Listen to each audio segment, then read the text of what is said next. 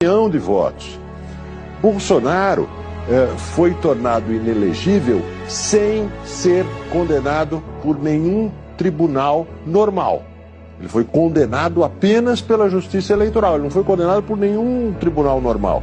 A Justiça Eleitoral decidiu que ele não pode ser mais eleito para nada, independente do seu julgamento. Lula tinha se tornado inelegível. Então, veja, a soberania popular no Brasil vai dando lugar à soberania de 6 juízes. Esses caras aí que ninguém sabe o nome. A entrevista do Celso Amorim absolve Bolsonaro. Porque, veja bem, o que o Maduro falou é que as eleições no Brasil não são confiáveis como a eleição na Venezuela. Porque aqui a nossa urna não é auditada. Aí o que o Amorim diz destas declarações, que são as mesmas que Bolsonaro fez, inclusive naquela reunião com embaixadores? A essência é o mesma. A urna eletrônica não é auditada. Ela pode fraudar o resultado de uma eleição. Aí o Amorim diz que elas não foram ofensivas. Então, portanto, o Bolsonaro, né, se a gente fizer a correlação, também não ofendeu a democracia brasileira, apenas fez o que ele chama, o que Amorim chama de crítica específica. Porque na entrevista para você, ele diz que não houve um ataque direto ao órgão, mas uma crítica específica. Então, se a gente levar para o caso do Bolsonaro, ele também não atacou o Tribunal Superior Eleitoral, ele fez uma crítica específica. Então, o que o Amorim faz, na verdade, é defender por outros meios tudo que Bolsonaro pregou durante todo o seu governo. E, aliás, está impedido de se candidatar por conta disso, por conta dessa crítica. Então, se o Amorim passa pano para o Maduro, para as declarações do Maduro, ele também tem que passar pano para as declarações do Bolsonaro, porque tratam-se das mesmas declarações. A essência é a mesma, de que as urnas eletrônicas não são confiáveis. Então, no meu entender, o que o Amorim está fazendo é segurando um caixão, porque o defunto é a união de governos de esquerda dos anos 90 na América Latina, em que ele foi um dos ideólogos dessa união. Ou seja, era Chávez na Venezuela, Evo Morales na Bolívia, era a Cristina Kirchner na Argentina e o Lula no Brasil. Então essa era a ideia, e o Pepe no Uruguai depois. Então essa era uma união que já não existe mais. Já não existe mais. Se você pegar ali o Petro da Colômbia, Boric do Chile, eles já falam numa linguagem que não é a linguagem, digamos assim, por exemplo, do peronismo e do lulismo, que agora resolveram largar a mão, ao que parece, do Maduro. Então você tem uma clara divisão aí da esquerda latino-americana em relação principalmente a governos ditatoriais como o chavismo. O chavismo ele não nasce num movimento de massas, ele é uma quartelada, como todas as ditaduras da América Latina nascem no seio militar, dentro de um quartel. O chavismo nada mais é do que uma quartelada que passa a imagem de ser um movimento de massas, um movimento anti-imperialista, um movimento dos mais pobres, etc, etc. E, no fundo, não é nada disso. Então, o que pega mal, o que é contraditório, é você sustentar que o Maduro não atacou a democracia e sustentar que o Bolsonaro atacou a democracia. Para mim, esse é o maior problema, é o maior dilema do governo Lula. Pois é, pessoal, declarações graves aqui da Globo, e eles começam a sinalizar, né, a se distanciar desse governo que está aí hoje. Será que eles descobriram que eles têm que ir contra, né, o que esse cara anda fazendo com o povo brasileiro, o que ele anda falando, como isso aqui, ó? Então qual é o discurso da direita no mundo inteiro? Pátria amada, costumes e religião. E religião. Então o que é que nós temos que construir? Isso eu tenho, inclusive, feito proposta, falei com o chanceler Olaf Scholz, falei com o Macron, e vou falar com todos os líderes. Os setores progressistas e democráticos da sociedade precisam se preparar para construir uma narrativa para desmontar esse discurso atrasado, xenófobo, um discurso que não leva a nada. E essa pauta da família, a pauta dos valores, é uma coisa muito atrasada. Pois é, será que eles descobriram que esse Lula né? O modo dele agir, o Brasil que ele busca, o Brasil que ele quer, não é o Brasil bom para todos? Bom, pode ser. Eles viram a cagada que estão fazendo. Eu tenho certeza que não vão largar o osso assim de uma hora para outra, mas que começam a se analisar, né? Se distanciar um pouco da esquerda. Começaram sim, pessoal, e também tem um recado importante de Bolsonaro. Quero passar tudo para vocês, já peço para você deixar aqui embaixo o seu like, se inscrever no canal, comentar aqui embaixo o que você acha sobre tudo isso que a gente vai passar aqui no vídeo. É muito importante seu posicionamento. E coloque também aqui a cidade que você mora. É importante, me ajude a compartilhar, tá? Olha aí. Fala em herança. Se fala hoje em dia 40%. Tá? A proposta é você comprar um imóvel, tem que pagar 25%. Tá? Entre outras coisas, imposto do pecado. O que é imposto do pecado? Carta branca ao presidente para sobretaxar, por exemplo, alimentos que tenham álcool, que tenham açúcares. Tá? Então é muito poder na mão do governo, bem como o governo pode taxar também tudo aquilo que faz mal para a tua saúde. Quem é esse governo do PT para dizer que você, Paulo Sérgio, tem que pagar mais caro tal alimento porque vai fazer mal para a tua saúde? Você que tem que decidir o que você vai querer comprar ou não. Bem como que faz mal para a mãe terra. Tudo faz mal para a mãe terra. Se for usar defensivo da agrícola, faz mal também. Então nós estamos pela frente aqui uma brutal carga tributária, inclusive sim profissionais liberais, quase que dobrando isso aí, que a tendência é, entendeu, para a política do PT, excelente. É empobrecer a todos, para que todos dependam no futuro de algo parecido como uma Bolsa Família. E o imposto do pecado é um exemplo disso, né? Deixa de pecar de vez em quando, vamos pecar com alimentos, né? Sim. Uma bebida, para quem quer. Deixa o povo à vontade. Não tem picanha, a cerveja vai ficar muito mais cara também. E isso que nós temos pela frente.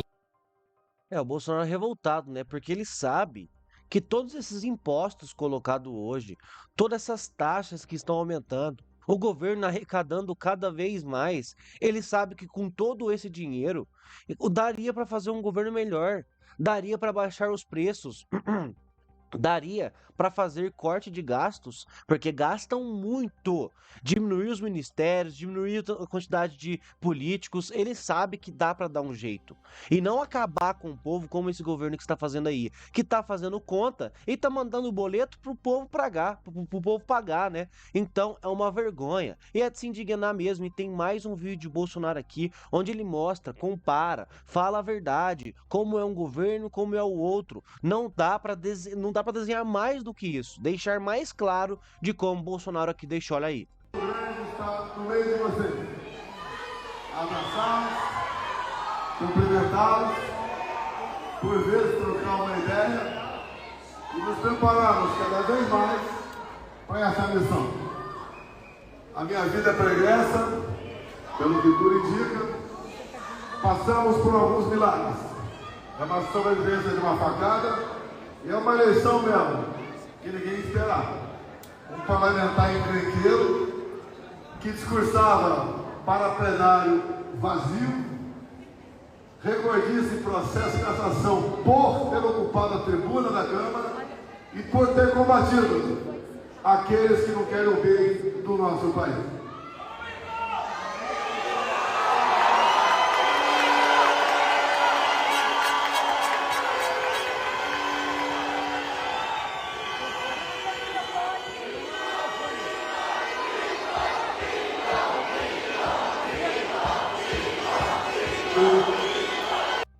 Amado pelo povo, né?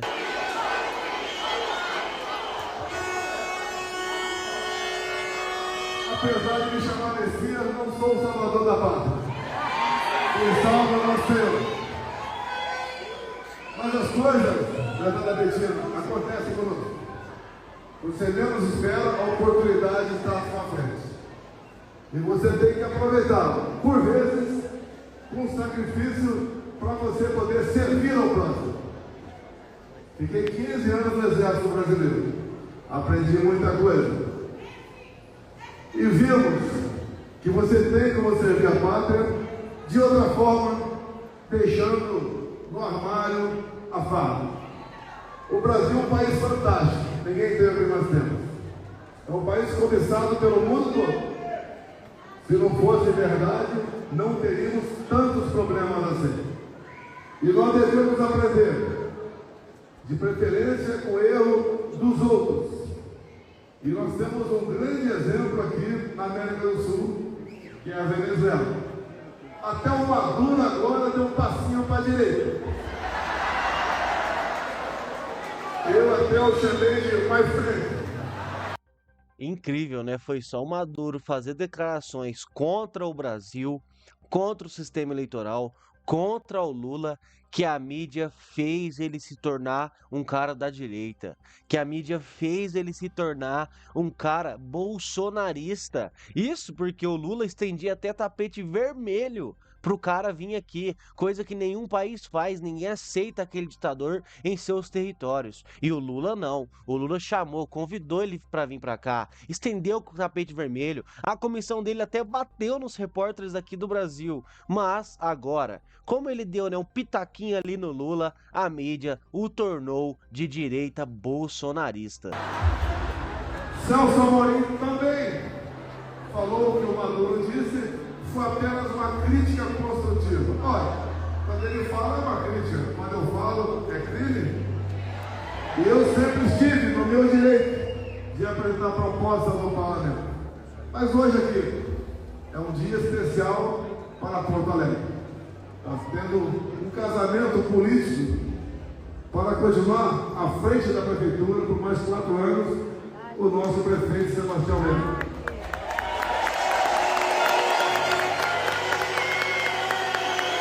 Eu fico imaginando como é que está o coração da veterinária. Minha médica, dessa jovem medicina que hoje se apresenta para a política. Eu quero cumprimentá-la e que sei que foi uma decisão bastante difícil para você. Nem tudo são flores. Você terá muitos espinhos pela frente.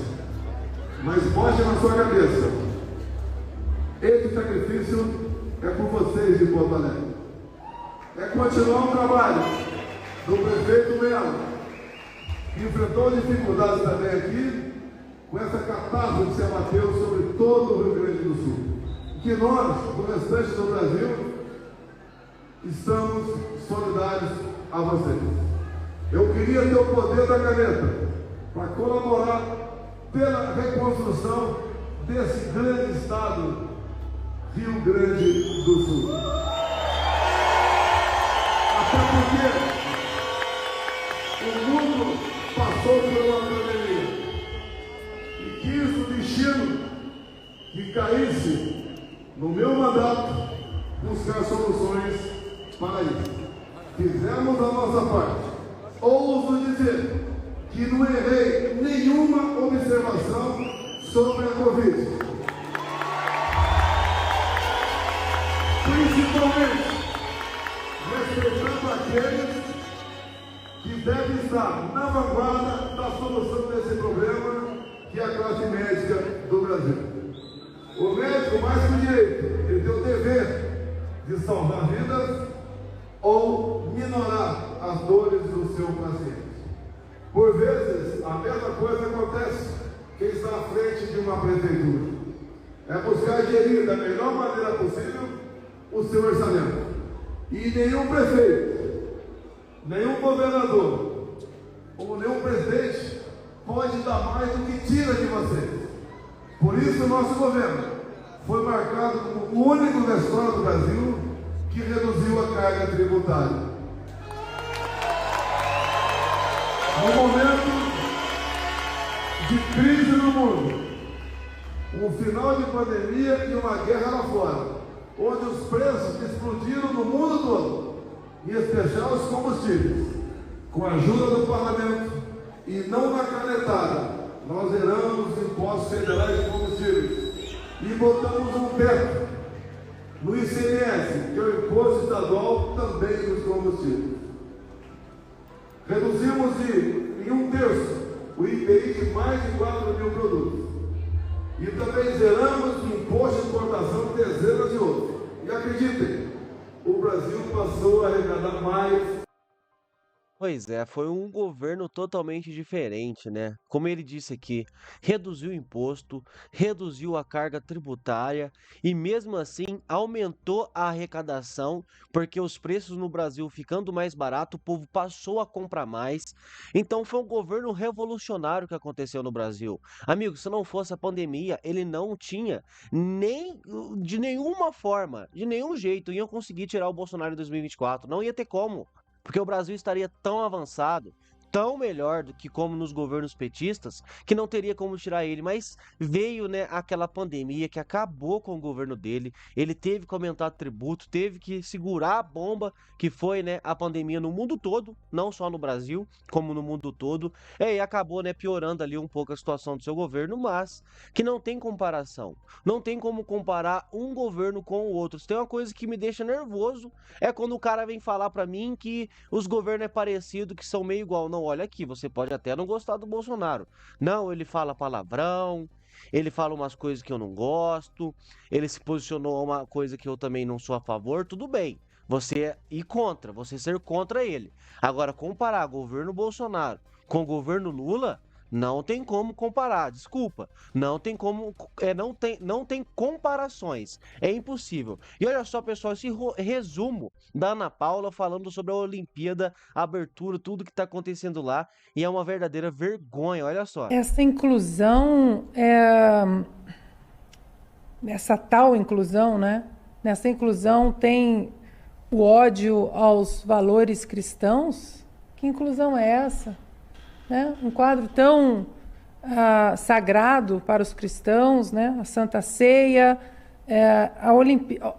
os Jogos Olímpicos, eles sempre foram assim o terreno onde as pessoas se unem, esquecem suas diferenças, elevam o esporte como único elo de ligação entre povos, etnias, celebram as lutas, né, as dores, as lágrimas das derrotas, as vitórias, as glórias, né, superação. E diante dessas imagens que eu passei aqui antes do programa, eu estava olhando as imagens, parece um show de rock, não parece uma Olimpíada. Primeiro que saímos daquela aura olímpica, né, do estádio, das delegações entrando, do narrador chamando, delegação por delegação, suas cores sendo enaltecidas, sua bandeira, as pessoas bem vestidas, isso tudo num respeito à aura dos Jogos Olímpicos, à Carta Olímpica do Barão de Coubertin, um respeito a quem está assistindo, ao telespectador, um respeito aos atletas, um respeito às centenas de histórias incríveis que os Jogos Olímpicos escreve e que servem de inspiração para as pessoas, histórias de superação, atletas que vêm da pobreza, que ganham medalhas, alguns nem ganham medalhas, né? Mas existem imagens no inconsciente coletivo sobre Olimpíadas, como aquela corredora em 84, a Suíça, aquela que entrou cambaleando ali, aquela para completar a prova. Para completar, e quando, né, ninguém podia encostar nela, e ela cambaleando, e ela que entra num estádio assim, ovacionando. E o povo gritando, gol, gol, gol, gol, e ela cambaleando. Por favor, você que é mais jovem, procurem esse vídeo aí. 1984, essa corredora suíça na maratona, e quando ela cruza a linha ali, ela desmaia, né? Literalmente ela desmaia nos braços dos médicos. Então tudo isso fica no imaginário que você traz para a sua vida, superação, né? E agora uma ode à feiura, uma cultura ao grotesco, aos valores judaico-cristãos, né? Os pilares sagrados da civilização ocidental, uma destruição. Você vê que é uma agenda de destruição da família, das tradições. Lamentável, lamentável essa abertura dos Jogos Olímpicos do começo ao fim. Primeiro por ter saído de um estádio olímpico, nunca aconteceu isso, nem durante a pandemia, né? Os Jogos de Tóquio foram adiados um ano, mas tudo ficou no ambiente olímpico para essa ode, a essa agenda de uma guerra declarada contra o belo. Pois é, pessoal, lamentável, né? É o que está acontecendo nas Olimpíadas, estão mudando tudo, né? Estão revolucionando as Olimpíadas e é por causa dessa agenda woke, né? Esse termo progressista que anda dominando o mundo, né? Em vários locais por aí. E é o que está acontecendo com tudo, e vai acontecer com tudo, né? Com tudo que é internacional. É uma vergonha. E olha só, pessoal, como no Brasil é o poste que mija no cachorro, é onde o que tá errado é certo, o que é certo tá errado. Olha só, a PGR finalmente oficializou. Vergonha. PGR denuncia Nicolas Ferreira ao Supremo Tribunal Federal por chamar o Lula de ladrão. Então agora é oficial, pessoal. Se chamar o Lula de ladrão, por mais que ele tenha sido condenado em primeira e segunda instância, que ele tenha sido julgado por mais de 9 juízes, que tenha delação, que tenha prova, que tenha devolvimento de dinheiro de empresas multinacionais, por mais que tenha tudo isso, ele ter ficado preso mais de 500 dias, mesmo tendo tudo isso, você aí não pode chamar o Lula de ladrão, viu? Não pode. Olha só o que a PGR diz, né? A denúncia contra o deputado federal Nicolas Ferreira, apresentada ao Supremo Tribunal Federal nesta sexta-feira, dia 26, envolve uma declaração polêmica do parlamentar.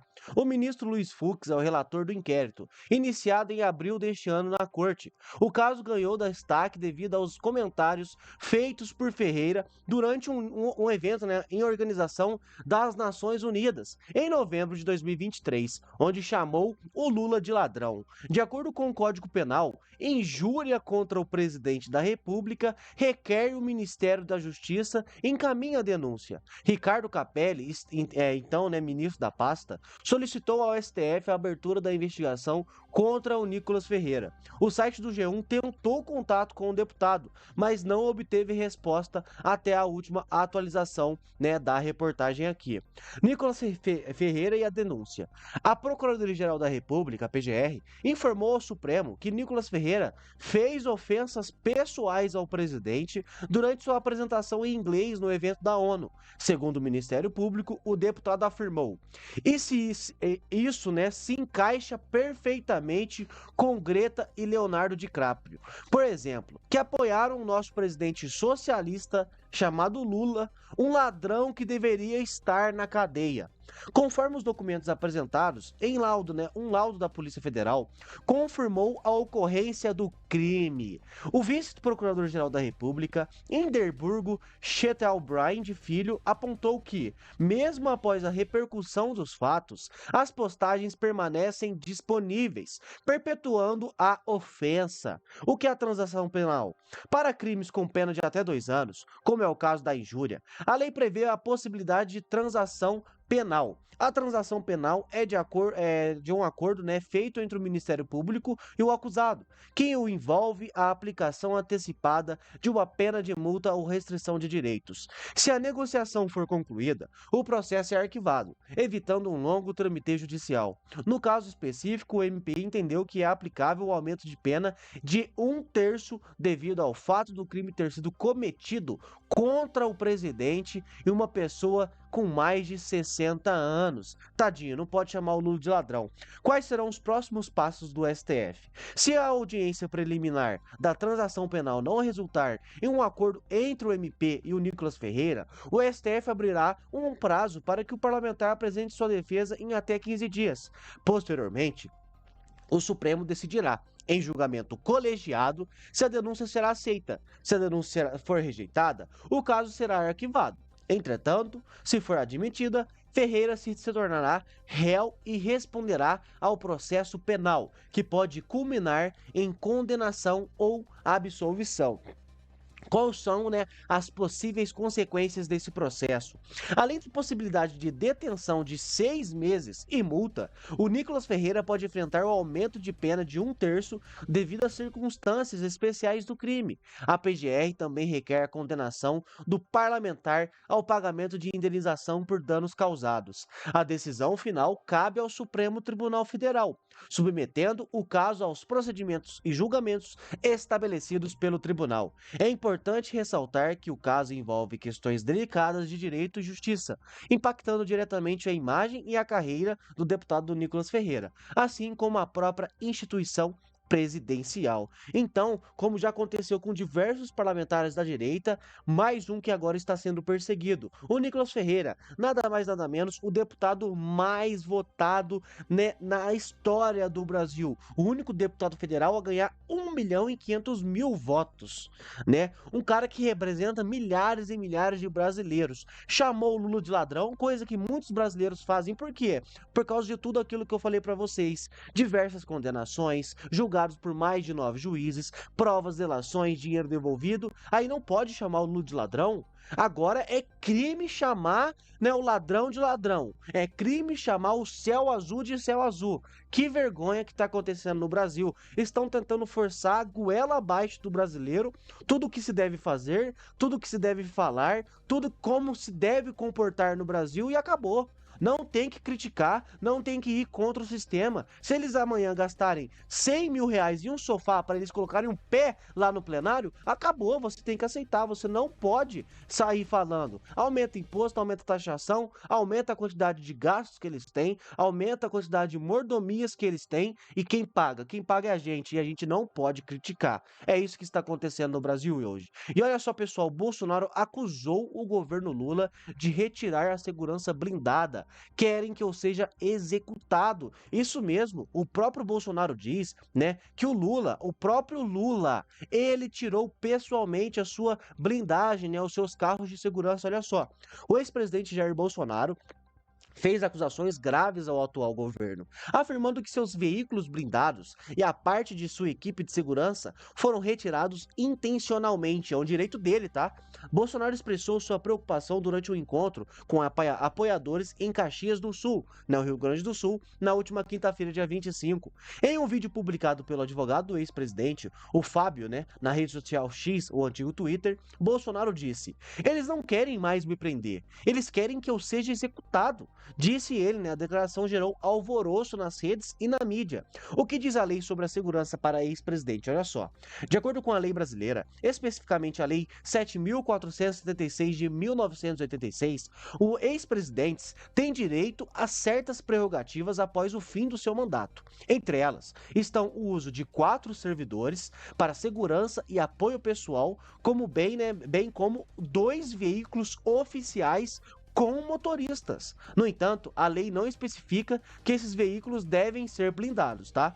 Bolsonaro fez questão de destacar que essa norma foi transgredida. Pela presidência, eu tinha direito a 2 carros blindados. Lula pessoalmente me tirou os 2 carros blindados, afirmou Bolsonaro, apesar da legislação não mencionar a necessidade de blindagem, né? A lei determina, sim, não determina, né, que precisa ser blindado, mas todos os presidentes, historicamente, no Brasil, quando saem da presidência e ganham 2 carros emprestados, né, de acordo com a lei, de acordo com o que está na Constituição, eles ganham carros blindados, por mais que não esteja como prerrogativa na lei. Por quê? Mais segurança ao ex-presidente, né? É um ex-chefe de Estado, pode acontecer qualquer coisa com ele. Aí vai lá e tiraram o Bolsonaro, né? Como ele é o único em muitas coisas, ele também é o único nessa lei, que como a lei não especifica que tem que ser blindado, então para o Bolsonaro não tem que ser blindado, não tem que ser, né? Já que não especificou, acabou. A equipe de segurança reduzida e porte de arma negado. Olha só. Bolsonaro também mencionou em que sua equipe de segurança foi diminuída e que seu filho, o vereador Carlos Bolsonaro, teve o porte de arma negado pela Polícia Federal. Abre aspas. Eu tenho direito a 8 funcionários. Os 4 que trabalhavam na minha segurança, por medidas cautelares, me tiraram os 4 que trabalhavam para mim, na minha segurança. Até mesmo meu filho, né, o 02, Carlos Bolsonaro, teve seu porte de arma negado pela Polícia Federal, reclamou o ex-presidente. Essas declarações levantam questionamentos sobre a intenção do governo em fornecer ou não a segurança devida aos ex-presidentes, especialmente em um contexto de cenário político conturbado que vivemos no Brasil, né? Seria uma tentativa de execução? Bolsonaro não mediu palavras ao insinuar que há riscos de vida envolvidos, abre aspas. Eles não querem me prender, querem que eu seja executado, fecha aspas, declarou, né, ele para os apoiadores ali. A frase gerou uma série de discussões sobre a seriedade da situação e a real ameaça à segurança do ex-presidente. Para entender melhor o contexto, é essencial saber que essa não é a primeira vez que Bolsonaro se queixa de uma retirada de segurança blindada. Ele já havia mencionado anteriormente a perda dos veículos como uma grande preocupação, né? Em comparação com a política dos Estados Unidos. Ao finalizar o seu discurso, Bolsonaro fez um paralelo com a situação política dos Estados Unidos, especialmente com o ex-presidente Donald Trump. O que acontece nos Estados Unidos como um espelho vem a acontecer no Brasil. Acredito na eleição de Donald Trump em novembro, concluiu o Bolsonaro. Então, pessoal, estão deixando o Bolsonaro na mão, sem segurança, sem os seus direitos, né? Eles querem de uma vez que ele saia da política, né, pessoal? A verdade é essa, né? A gente já viu que o esquema de poder aqui no Brasil é um sistema totalmente emparelhado, né, nas casas ali no parlamento, na presidência e nos judiciários, né, o TSE, o Supremo Tribunal Federal, e eles têm um conluio ali para se manter no poder. E para se manter no poder em um país que se diz democrático, né, em que se tem eleição, eles não podem ter uma oposição muito forte, porque se tiver oposição muito forte, o povo vai votar e vai derrubar esse sistema que tá aí. Então, qual que é, né, a forma de tirar? Ou mata, né, coisa que não se faz mais hoje em dia. Hoje em dia é perigoso matar, o povo se revolta, o povo não aceita mais. Então isso eles não fazem. O que eles fazem? Deixa inelegível, começa a perseguir com vários crimes, e é o que está acontecendo com o Bolsonaro. Aí tiraram a segurança blindada dele, vai que acontece alguma coisa, né?